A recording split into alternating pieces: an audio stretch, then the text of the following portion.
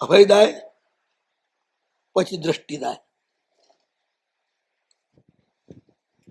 માણસ ભયભીત હોય ને ત્યારે ક્યાંય જોઈ શકતો નથી, જુએ તો જાણી શકતો નથી. ભય જાય પછી દ્રષ્ટિ સ્વસ્થ હોય પછી આજુબાજુનું અવલોકન કરી અને કોઈ પણ નિર્ણય કરી શકે. પણ ભયભીત હોય ત્યાં સુધી કશું ના કરી શકે. અભયદાયી છે તો દ્રષ્ટિદાયી પણ છે. દ્રષ્ટિ પણ પરમાત્મા જ આપે છે. આ સંસારમાં ક્યાં જવાથી, ક્યાં રહેવાથી, કેવી રીતે રહેવાથી તમને ભય નહીં મળે એ દ્રષ્ટિ પ્રભુ આપે. ભીતરની દ્રષ્ટિ આપે, આ નહીં.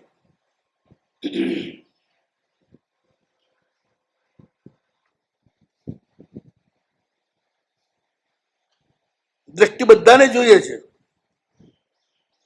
આર પાર ચાલે. ક્યારે કયા અવસરે તમારે શું કરવું જોઈએ એને માટેની દ્રષ્ટિ હોય તો જ તમે જીતી શકો. બધાની સાથે વ્યવહારમાં દ્રષ્ટિની જરૂર પડે જ. બંધ આંખે કશું ના કરી શકતો.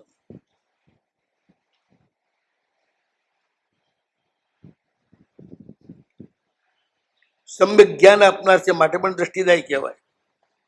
એ તો એક વાત થઈ જ, પણ એ ઉપરાંત બી પ્રભુ જે છે ને એ જ એવી દ્રષ્ટિ આપે છે કે જેનાથી આ ભયંકર સંસારમાં પણ, વેરાન રેગિસ્તાનમાં પણ જળ અને છાયા તમે મેળવી શકો.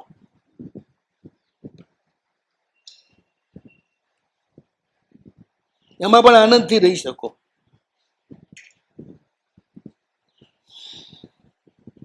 જેની પાસે દ્રષ્ટિ હોય ને એને સંસારમાં કોઈ તકલીફ નથી.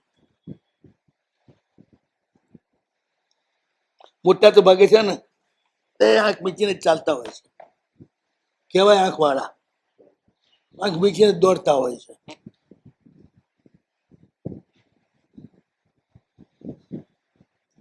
જે બિલ્લી છે ને માત્ર દૂધને જોઈને જ દોડે છે. એ દૂધની આજુબાજુ લાકડી લઈને ઉભેલો અને માલિક પણ એને દેખાતો નથી. એમ મોટા ભાગના લોકો પોતાના સુખ અને સ્વાર્થને લક્ષ્યમાં રાખીને જ દોડતા હોય છે. મને ક્યાં અનુકૂળતા મળશે, મને ક્યાં અનુકૂળતા મળશે. દ્રષ્ટિ આવ્યા પછી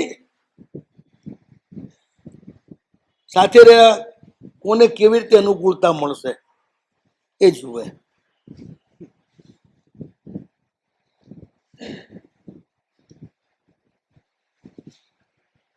આમને માટે આ જગ્યા અનુકૂળ છે, આમને માટે આ જગ્યા અનુકૂળ છે, આમને માટે આ જગ્યા અનુકૂળ છે, આમને ગોચરીમાં અનુકૂળ આવશે, આને અનુકૂળ આવશે, આ અનુકૂળ આવશે. આખી એક નજરે જ હોય દ્રષ્ટિ આવી ગયા પછી. એ સંસારમાં ધંધો કરતો હોય ને તો એની દ્રષ્ટિ એક જ હોય, તમારા ધંધાથી કોઈને નુકસાન ના થઈ જાય અને પોતાના ધંધાથી કોઈને નુકસાન ના થાય એવી દ્રષ્ટિ જે રાખે નુકસાન એની પાસે આવે જ નહીં. બીજાનું જે થયું થાય પણ મને નુકસાન ના થવું જોઈએ એ રીતે દોડે આંધળો, એ પડે કુવા. તો પ્રભુ એ દ્રષ્ટિ આપે છે તમને બીજાનું જોવાની, તમારો સ્વાર્થ નહીં. બીજાનું સુખ એ જોવાની દ્રષ્ટિ આપે છે તમને.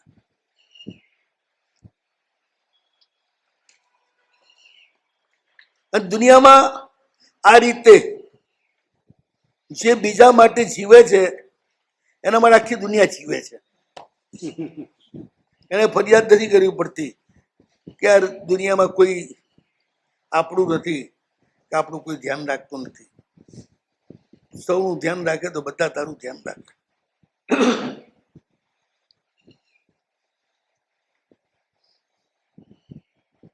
પ્રભુ અભય એટલા માટે આપે કે દુનિયાના સર્વ પદાર્થો મારાથી પૃથક છે એવી સમજણ આવી જાય તેને સાચવવા માટેનો ભય જતો રહે.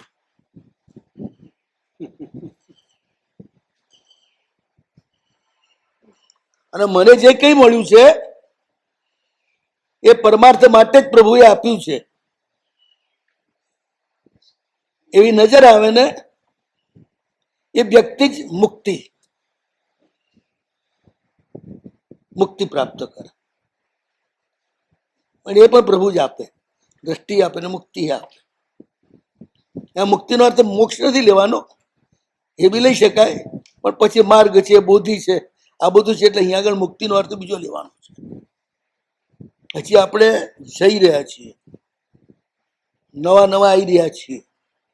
એ પ્રભુ આપણને અભય આપે છે, પ્રભુ આપણને જીવવાની દ્રષ્ટિ આપે છે, અને પ્રભુ આપણને એ રીતે ઘણી બધી પ્રતિકૂળતાઓથી મુક્તિ આપે છે.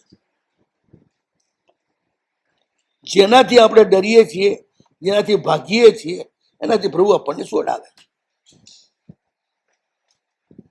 પેલા અહીં છોડાવે તો ત્યાં શું છોડાવે ને, અહીં ના છોડાવે ત્યાં શું કરવાના હતા?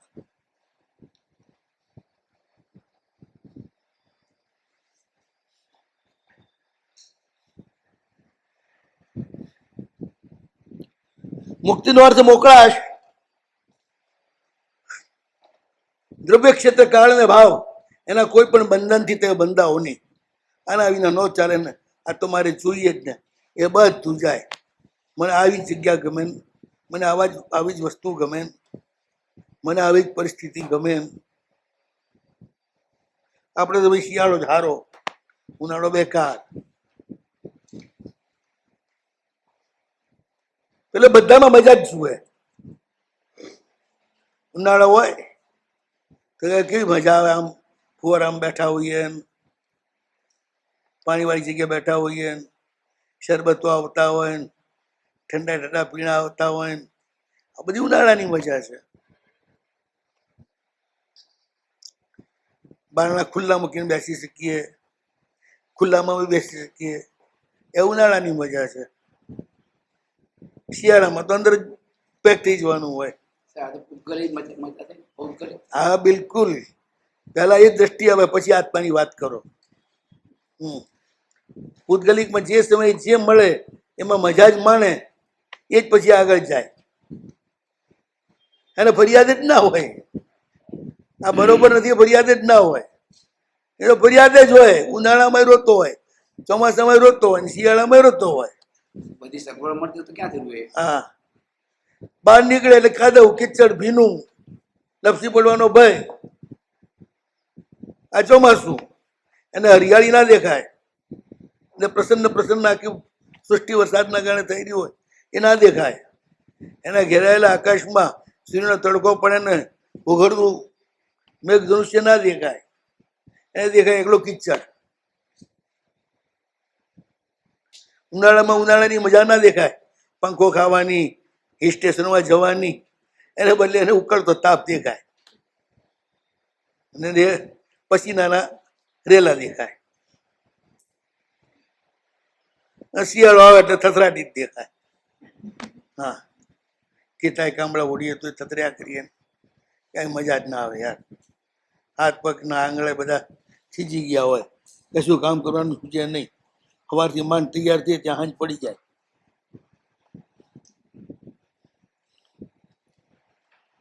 ઘણા એવા મકાનો હોય ને, એનું વર્ણન કરીએ ને, એમાં ઘણા જેવા હોય. શિયાળામાં ઠારે, ઉનાળામાં બાળે, અને ચોમાસામાં પલાળે.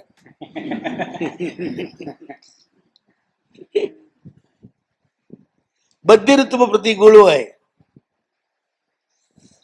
તો એની એ મજા લે. દ્રષ્ટિ જ ખુલી ગઈ છે ને એની, રોવાની દ્રષ્ટિ જ નથી, અને મુક્ત છે, કોઈ અભિપ્રાયથી બંધાયેલો નથી. આપણે છે ને કોઈ પણ દ્રશ્ય જોઈએ એટલે એનો એક અભિપ્રાય બાંધી લઈએ. કોઈ પણ વ્યક્તિને જોઈએ એનો એક અભિપ્રાય બાંધી લઈએ. કોઈની કોઈ પણ વર્તણૂક જોઈએ એટલે એના માટે અભિપ્રાય બાંધી લઈએ. અને પછી એ પ્રમાણે એ ચશ્માથી એને જોવા પ્રયાસ કરીએ. આ પેલો તો હોય એવો હોય, પણ તમે પેલા ચશ્મા પહેરીને જુઓ તો શું કામનું? એવા ચશ્મા આવતા પહેલા ખાડો સમતળ દેખાય, અહીં સમતળમાં ખાડા દેખાય, લાંબો ટૂંકો દેખાય ને ટૂંકો લાંબો દેખાય, દૂરનું નજીક દેખાય નજીકનું દૂર દેખાય. આવા ચશ્મા પહેરી ચાલે ત્યારે શું થાય? સમતળ ભૂલી અને સમતળ ના દેખાય એટલે ત્યાં ઠોકર ખાય. પછી જ્યાં ખરેખર ખાડા ટેકરા હોય એ સમતળ દેખાય એટલે ત્યાં ઠોકાય. દ્રષ્ટિ નથી ને એની પાસે, એટલે મુક્તિ નથી. બધા અભિપ્રાય બાંધીને તમે ચાલો એ ના ચાલે. મુક્ત રહેવાનું. કોઈ ખરાબ નથી, કોઈ સારું નથી. પરિસ્થિતિ પ્રમાણે સૌ સારા ને ખરાબ થાય.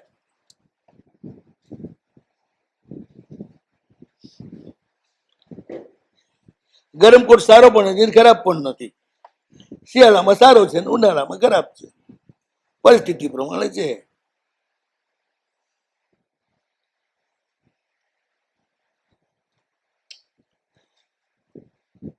પ્રભુના ભરોસે જે જીવે છે ને એને પ્રભુ મુક્તિ આપી દે છે. બધી જ પરિસ્થિતિ એને સરસ જ લાગે. કારેલું સરસ લાગે ને કેરી એ સારી. એ તો સારું લાગે, એ તો સારું લાગે. હા, તો શું ખરાબ લાગે? તકલીફ વ્યક્તિમાં છે. હા, તકલીફ વ્યક્તિઓમાં છે. વ્યક્તિઓમાં છે એમ છે. કારણ કે હરીફ છે ને, ભાગીદાર છે. ભાગીદારથી બધાને ઝઘડા હોય. માનીએ તો પછી બધામાં સરખું જ માનીએ તો કાંદા જેવા ના કહેવાય. બધું સરખું સરખું બધાને અનુકૂળતા આપે. બધાને સરખું નહીં, હું સરખું નથી કહેતો બધાને જોવાનું. જે જેવું છે તેવું જોવાનું કહું છું. એ હવે જ્યાં મળે બેસી જાઓ કે જેમ કરો તેમ કરી દો ને એવું બધું કરીએ તો કાંદા જેવા ના લાગે. બધા એમની મેં બધી એવું ચાલશે. કહ્યું જ નથી. મેં તો એમ કહ્યું કે જે મળે એ સારું માનવું. કોઈ વખત ઉબડ ખાબડ જમીનમાં જ રહેવાનું થયું, ટેન્ટમાં એવી જ જગ્યાએ રહેવાનું થયું, ત્યાં બધું ઉબડ ખાબડ જ છે. શું કરશું? રહું કે આરામથી રહું? ત્યારે તો મનાય. બસ બધાને ત્યાર માટે બસ. સરખું હોય ત્યારે તો મનાય. હે? બધાને માટે ટેન્શન જ હોય ત્યારે તો મનાય. ના રે ના, તો એ ના માને તો આખો દાડો રોવે અને હાથ વખત ફરિયાદ કરે અને આમથી આમ આખું ટેન્ટમાં જુએ કે બધું છે ઊંચું નીચું, ક્યાં ક્યાં ઘરકું જાય કે નહીં, ત્યાં હું મારું નાખી દઉં સંતારો. પણ એવી વૃત્તિ ન હોય તો કાંદા ના કહેવાય. તો કઈ થોડી તો વૃત્તિ ના હોય તો? હોશિયારી ના કહેવાય. શું? હવે કંઈ સારું જોયું તો આપણે આ સારું શું એટલે તરત જે માંદો હોય નબળો હોય એને બેહાડી દે ત્યાં. તો ડાયો જ કહેવાય, ગાંડો તો ના જ કહેવાય. પણ એ દ્રષ્ટિ સેમથી ભવિષ્ય તો આપણી બરાબર થશે ત્યારે જ ભગવાન પણ આપશે ને આપણને એ દ્રષ્ટિ. હમ. એ દ્રષ્ટિ ભગવાન ક્યારે આપશે આપણને કે સ્વાર્થ કરવાનો જ નહીં. આમાં એક વસ્તુ સમજી લો, પ્રભુને શરણે જાઓ પછી અભય મળે,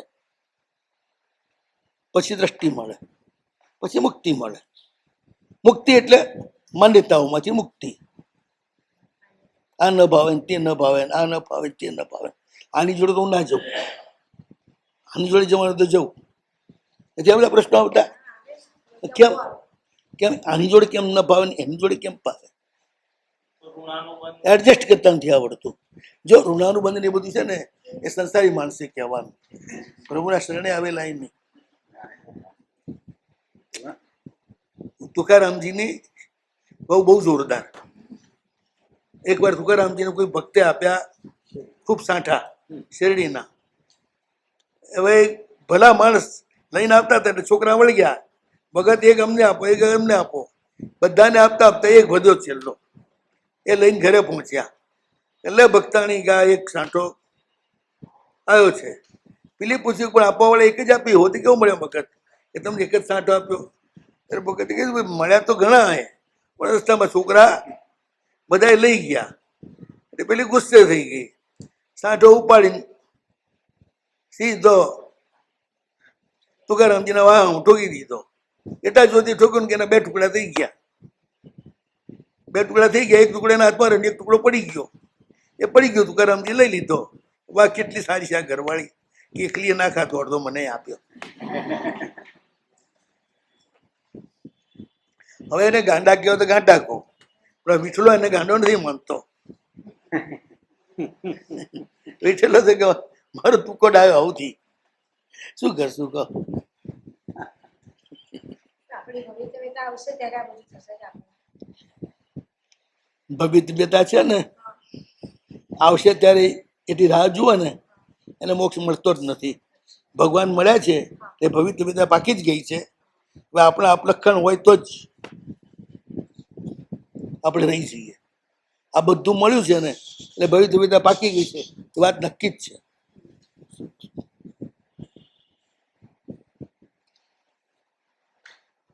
પાકી જ ગઈ છે.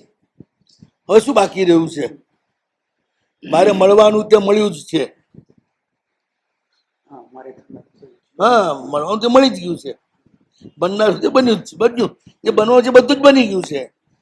એટલે હવે મારે તો કઈ કરવાનું છે જ નહીં. આ તો ઠીક છે, લોકોને હું શીખવાડું. લોકોને વાત શીખવા. એટલે કેટલી વખત તમારી ભવિતવ્યતા પાકી ગઈ અને તમે હડાવીને પાછા નીકળી ગયા. એટલે ફેર પકવો બીજી વાર, બીજી વાર ભગવાન પછી ત્રીજી વાર પકવો. ક્યાં આવીને પાછા ગયા? પાકી ગયેલી ચીજ એનો ઉપયોગ કરવો જોઈએ. ના કરો તો શું થાય? ખડી જાય.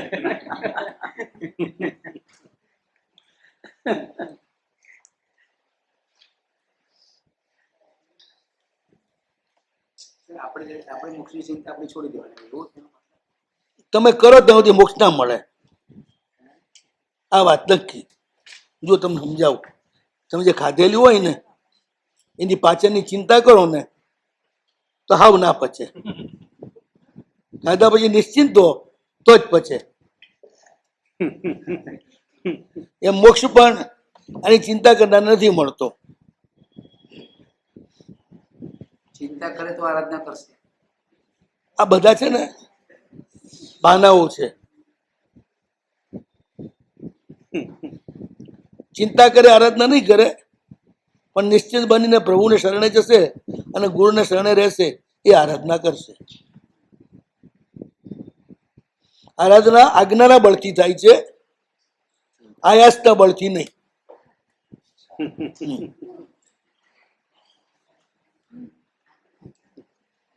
સ્વનો આયાસ કામ ન કરે.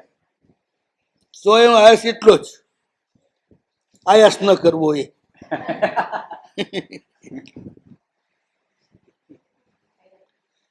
ફોટો પાડવા વાળો આવે ને એટલે શું કે ખાલી સ્માઈલ, બાકી ચૂપ આમ હરકા બેઠા રહો.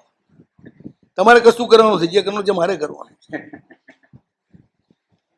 એમ ભગવાન જ કહે છે કે તારે કશું કરવાનું નથી. છાનું બે હીરે જગ્યા માટે આગો પાછો ના થા વાંદરા નહીં જાય.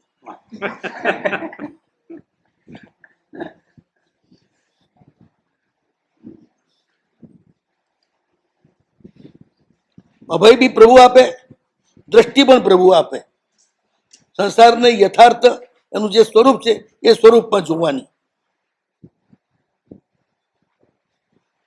મધ્યસ્થતાથી જે જોવે છે સંસારને, એના માટે સંસાર રૂપાળો નથી અને કુરૂપે નથી, ભયંકર પણ નથી ને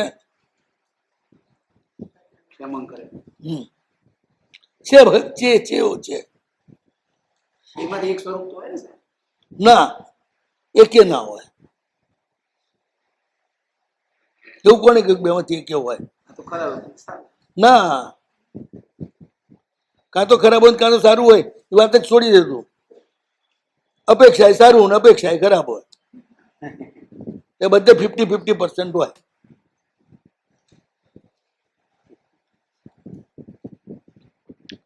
મળશે ને પેટમાં રહ્યો કેવો ખરાબ, બીમારી વધારનાર બધી રીતે.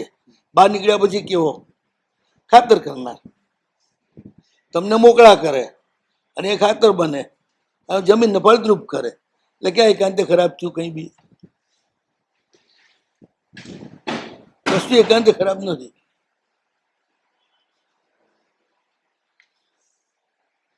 દ્રષ્ટિ વિનાની વ્યક્તિ એકાંતે ખરાબ.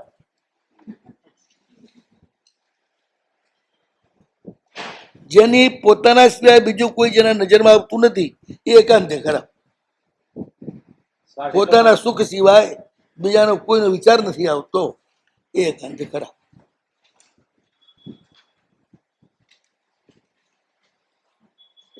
જૈન દર્શનમાં સાહેબ એકાંત છે જ નહીં. હે એકાંત જૈન દર્શનમાં એકાંત ક્યાં? અપેક્ષા એકાંતે ખરાબ હોય ને, અપેક્ષા એકાંતે ખરાબ ના હોય. એ પાછી અહીં અપેક્ષા આવે.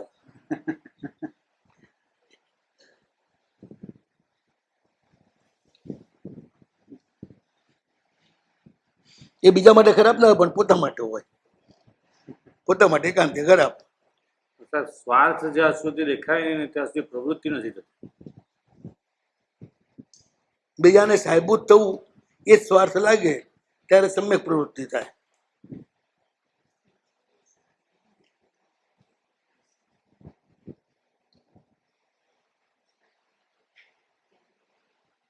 મુક્તિદાય એટલે પ્રભુ આપણને મોકળાશ આપે છે.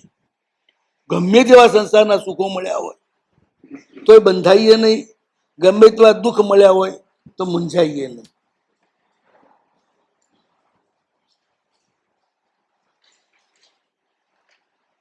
એને મુક્તિ કહેવાની. પછી માર્ગદાય, આખો સુખનો રસ્તો જે છે ને એ પ્રભુ જ કંડારે છે. આપણે ખાલી ચાલવાનું જ છે.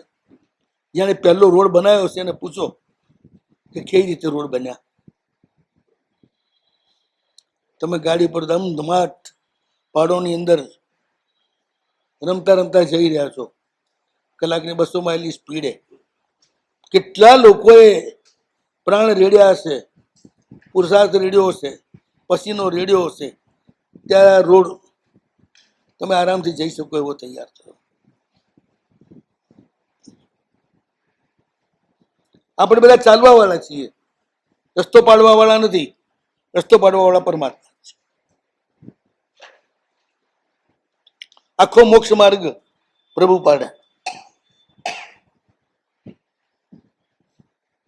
તું રસ્તો પાડે?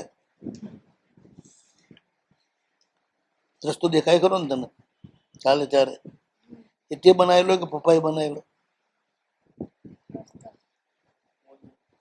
કે નથી બનાવ્યો, તારે પપ્પાએ નથી બનાવ્યો, પણ બીજા જ બનાવ્યું છે. આપણે બંનેના ઉપર ચાલીએ ને મજા કરીએ ને, બરોબર ને? અહીંયા કેટલી વાર ઠોકર ખાધી ત્યાં રસ્તા ઉપર, એ કહેવાની. બરોબર સીધું ચલાય છે બસ ત્યાં. એવો રસ્તો પ્રભુએ આપણને આપ્યો, ક્યાંય ઠોકર પણ ના આવે. પછી આંખ મીચીને જ ચાલવું હોય એને બધે ઠોકર આવે.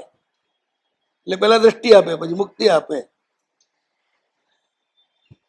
જ્યારે જ્યાં હોય ત્યારે જે કરવાનું હોય એમાં જ નજર હોય, બીજે ક્યાંય બંધાયેલો ના હોય. એ જ એનો માર્ગ. જે રસ્તે ચાલવું છે એ રસ્તાને જ જુએ. 1000 રસ્તા જતા હોય ક્યાંય નજર ના કરે. પ્રભુ તમને માર્ગ આપે, તારો રસ્તો આ છે. પણ પેલો બીજા રસ્તે જાય છે ને એ એનો રસ્તો છે, એની ચિંતા તું ના કર, તું તારે રસ્તે જા. એટલે સન્માર્ગ આપે એવો સાચો માર્ગ. અહીં કોઈ શબ્દ નથી લખ્યો, એટલું જ લખ્યું છે માર્ગ આપે બસ. પછી વિશેષણો જે લગાડવા હોય એ આપણી હોશિયારી કરીને લગાડવા. ભગવાન તો કહે છે માર્ગ જાય, બધે રસ્તો આપે તમને. ક્યાંય ફસાઈ ગયા હો આર્થિક સંકટમાં તોય ત્યાં રસ્તો આપે. તમે આઈને કહેવાનું સાહેબ કોઈ રસ્તો સૂચતો નથી. હવે આ મની ક્રાઇસિસમાંથી કઈ રીતે બહાર નીકળવું? પૈસા ફસાઈ ગયા છે, જમીનોમાં રોકાઈ ગયા છે, એમાંથી નીકળાતું નથી. સાહેબ કંઈક રસ્તો બતાડો. રસ્તાના એ વિવિધ સ્વરૂપ છે ને.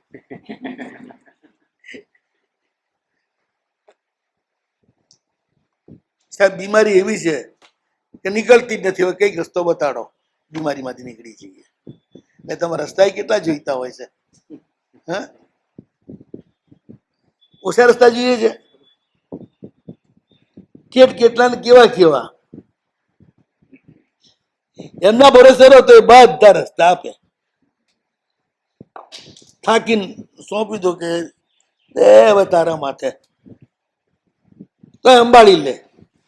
પણ એ કે હજી જ્યાં સુધી કોકનો ભરોસો હોય ત્યાં સુધી કરી લે તારા ખતરા.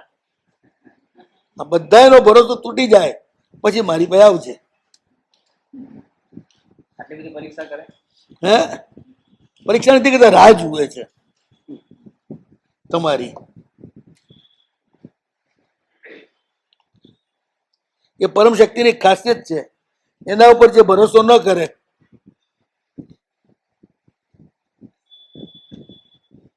એને કઈ ના આપે. એ તો સંસારની માં એવું જ કરે. હે એ તો સંસારની માં કરે. ના, સંસારમાં તો એના ઉપર જે ભરોસો કરે ને એને જ દગો આપે. તું બી ખરો છું, બોલો. આ શરીર પર ભરોસો કરીએ છીએ ને એટલે એ જ બીમારી આપે છે, એ જ તકલીફ આપે છે. એ સંસારમાં તેવું છે, જેના પર ભરોસો કરો ને એ જ તકલીફ આપે. ભગવાન એવા છે, એમના પર જે ભરોસો કરે એની તકલીફ દૂર કરે. ભરોસો ન કરે એને ઠોકર ખાવા દે. સાહેબ તુલ્ય મનોવૃત્તિ કમઠે ધનંદ્ર તુલ્ય મનોવૃત્તિ હા હા, ભરોસા વાળા ઉપર કરવું ન કરવું નહીં કરવું. એમાં તો સીધું જ છે ને. ભરોસા વાળા જે છે એને પ્રભુ સદગતિએ પહોંચાડે છે, અને જે એમનો ભરોસો નથી કરતા એ દુર્ગતિમાં જાય છે, પ્રત્યક્ષ દેખાય છે. મને નવી વાત શું કરી તમે? મનોવૃત્તિ એ તો એમને તો પેલા જે છે ને એ ભગવાનની વખતે છે ને સદબસ્ત અવસ્થામાં હતા એટલે તુલ્ય મનોવૃત્તિ છે. પણ કેવળ જ્ઞાન થાય ને પછી આ શ્લોક લાગુ ના પડે, એટલું યાદ રાખજો. અરે વાહ.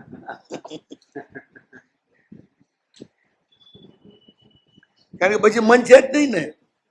અમરસ્ક અવસ્થામાં તુલ્ય મનોવૃત્તિ હોય ને એટલે અહીંયા બધું મનથી કામ જ નથી કરતા, આત્માથી કરે છે. આત્મતુલ્ય તો છે જ પ્રભુનું. તમે ભરવા માંગો તો તમને ભેળવી દે. પણ તમે આમ મોટો પ્લાસ્ટિકનો ટુકડો ઓઢીને ઉભા રહો તો શું કરે? દરિયામાં જાય સીધો પડે તો પાણીની મજા લે, ઠંડકની મજા લે. પણ આખા શરીર ઉપર પૂરું પ્લાસ્ટિકનું આવરણ પહેરીને પછી દરિયામાં પડે શું થાય? દરિયાથી અલગ રહે.